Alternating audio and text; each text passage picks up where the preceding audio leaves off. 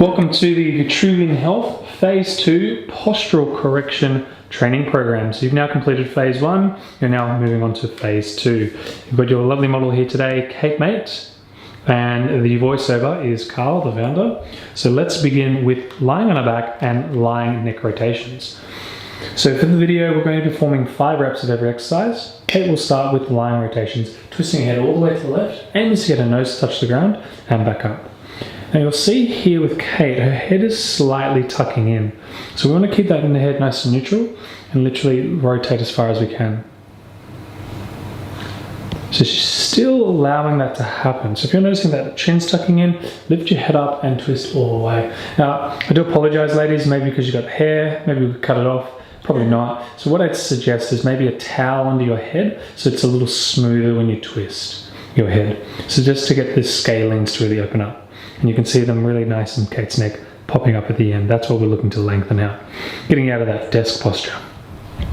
Once you've completed your set amount of reps, you're going to flip over onto your stomach and doing a peck stretch, or known as a lying scorpion.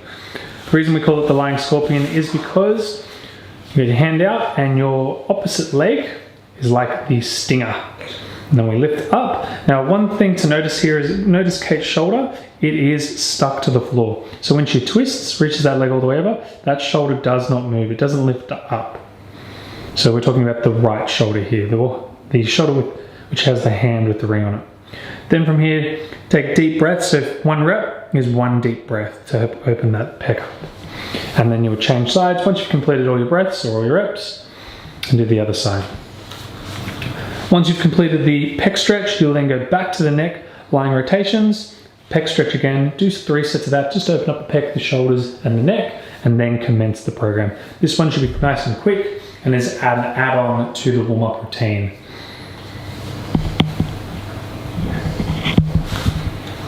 Okay. Now from here, we're going to hop up. Once we've completed the set, we're going to walk over to a door or a kitchen sink, and we're going to do a single arm lat stretch.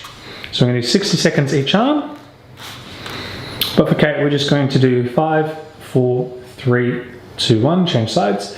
Now if you don't have a door handle, you can use your kitchen bench, or preferably please use a bar so you can hang from it. Now if you don't have a bar, this is the alternative for you. The preference is to have a bar and hang, and if you don't, that's okay. Then from there we're going to come up and we're going to come over to our dowel rod with our weight, or a band if you have it, and we're going to do Jefferson Curls.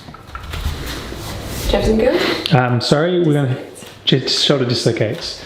Jefferson Curls is in the B group, which is to be supersetted with the lying prone big 3. So Jefferson Curl, you'll notice here, feet are together, abs are in nice and tight, so belly sucked in as tight as possible, and then with the arms, we're pushing the shoulders as far forward as we can, and all the way up, and then back. Pause if you get stuck, or if you can, like Kate, go all the way around. So if you're like me, you can only really get back to about behind the head. That's okay, hold it there, oscillate a few times. So Kate will oscillate a few times. For those that are a little tight here, so you'll hold it and you'll just pulsate up and down. So you're working on that tightness through the pecs and the shoulders. So you don't need to force it, just control. Then from the shoulder dislocate, you would go back to the hang or the single arm lat stretch. Let's go into the B series now. So we're going to grab onto a kettlebell. If you don't have a kettlebell, we also have a bag with weights in it, which you can use as an alternative. Put your shopping in it, and you're going to hold onto the straps, and you're going to pull your chin into your chest. So really curling in here, then roll the shoulders forward, rounding through the upper back, pulling in the abs, really suck in the belly, and then you're rolling yourself down. Now notice Kate's legs are locked out. If you're feeling any stretch or pull, pause and breathe in.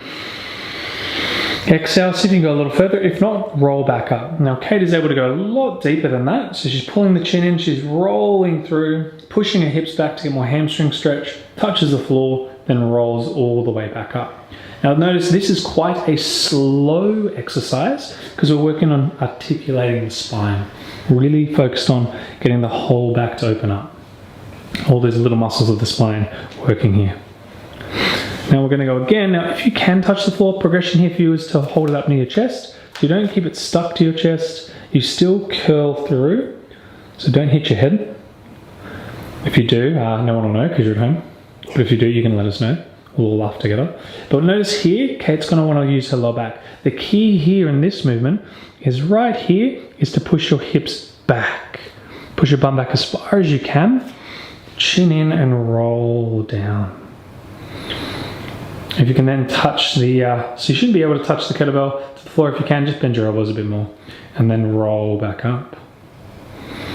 So to finish the rep, you need to finish at the top.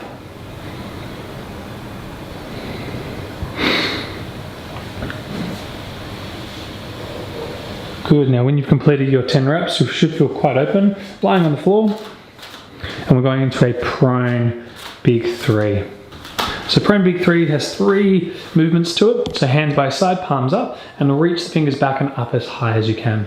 To increase the intensity of the option, you can put weights in your hand. Once you've completed the 15 reps, palms down, so flip them over.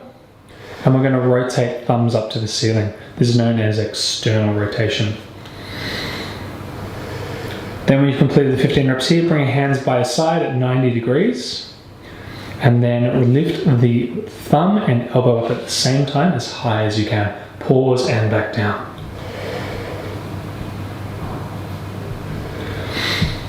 Once you've done 15 reps of that, you then go back to the Jefferson Curl. And now coming up, studying in a kneeling position, you're going to bring your right foot forward, up next to your right hand, and we're going into an active pigeon. So notice we're in a nice bit of a lunge position here. If we wanted to, we could tuck the back toe to advance the option, and we're going to push our right knee out as far as we can. So you'll notice that the foot is going onto the blade edge right there, pushing that knee out as far as we can. Now with your right hand, if you bring it forward and out to the side in front of your ankle, pushing the knee out as far as you can, your objective is to shift your weight all the way over, getting your knee to touch the ground or almost touching. Once you perform 20 reps, pause and hold for 20 seconds and then come back up. So really pull that knee right into the shoulder and change sides.